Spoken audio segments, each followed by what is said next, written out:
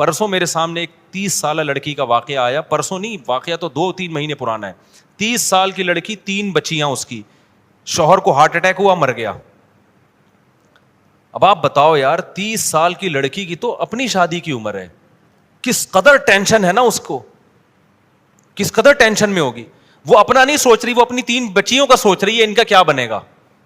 اب کیا ہو رہا ہے کہ لوگ بتا رہے ہیں کہ جی اس کے رشتہ دار اس کو زکوٰۃ دے رہے ہیں رمضان میں.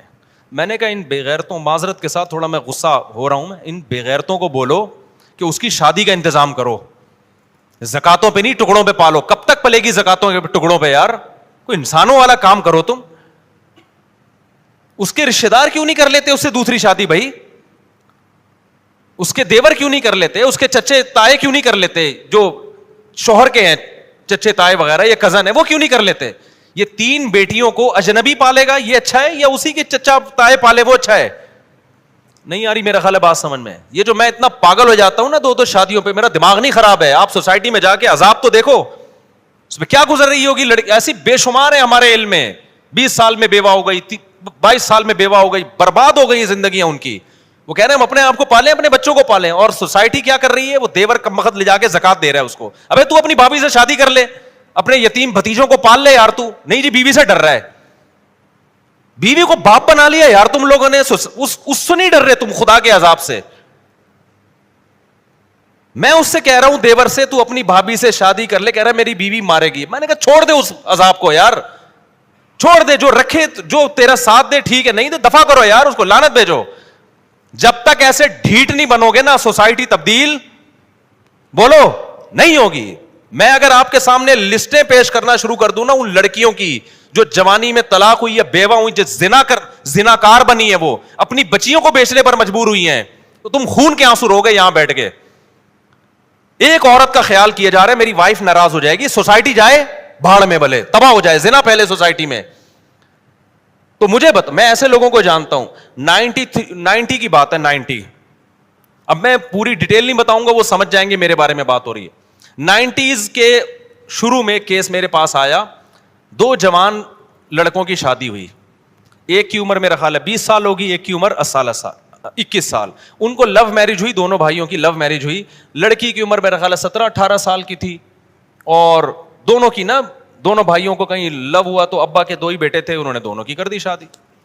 بڑی اچھی زندگی, دونوں بھائی ایک گھر میں رہ رہے, ان کی بیویاں بھی ایک گھر میں. اب کیا ہوا ہے کہ جی ایک کو کینسر ہو گیا, وہ مر گیا. 3-4 سال کے بعد نا 3-4 بیٹیاں ہو گئیں, اور بیٹیاں بھی بیٹے کی لالچ میں ہوتی ہیں, ورنہ اتنی بیٹیاں آج کل کوئی پیدا نہیں کرتا.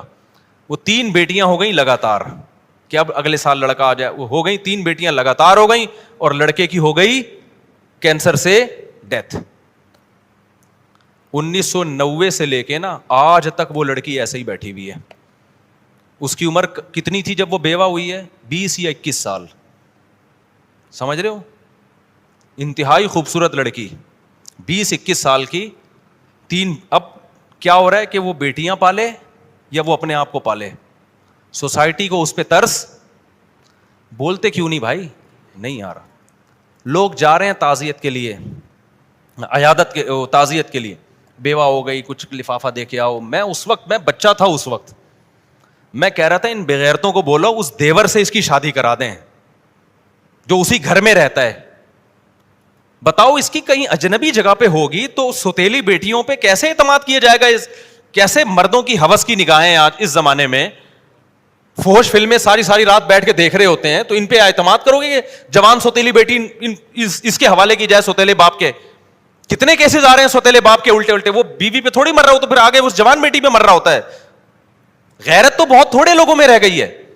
میں نے کہا بھائی اس کے دیور سے بولو خدا کے لیے. میں نے لوگوں سے کہا جو بھی تعزیت کے لیے جا رہے تھے, میں نے کہا اگر آپ اس پر احسان, میں بچہ تھا اس وقت, میٹرک بھی میرا خیال ہے نہیں کیا تھا میں لوگوں سے کہہ رہا تھا کہ یار یہ جو 2 بھائی ایک گھر میں رہتے, تیسرا کوئی بھائی بھی نہیں ہے, تو وہیں رہ رہی ہے نا, پہلے سے جوائنٹ فیملی میں رہ رہی ہے, تو وہ اس سے بھی کر لے.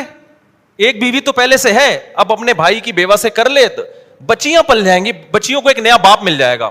نا نا نا نا نا, موت ہے یہ لفظ زبان سے. اس کی پہلی بیوی پہ ترس آ رہا ہے, ہائے بیچاری پہ سوکن آ جائے گی. ابے میں نے کہا اس بیچاری پہ سوکن سے تمہیں خطرہ ہو رہا ہے, وہ تھوڑے دن میں بھول جائے گی سوکن.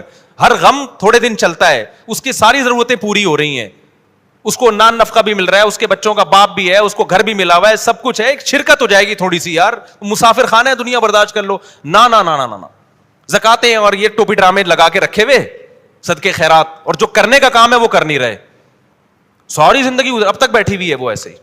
نہیں آ رہی میرا خیال ہے بات سمجھ میں, اب تک وہ میرا خیال, اب تو کیا بیچاری کی, مجھے نہیں پتا اس کے بعد, مجھے نہیں پتا وہ ان کا ہوا کیا, نہ میں کبھی وہاں گیا, مجھے کیس آیا تھا سامنے, لیکن اتنی بات پتا چلی کہ اب تک کیا ہے, اب تو بچیوں کی ٹینشن میں 20 سال 21 سال کی لڑکی ساری زندگی کس کی ٹینشن میں گزار رہی ہے, اور میں فرض کر رہا ہوں کہ بہت دیندار ہوگی انشاءاللہ.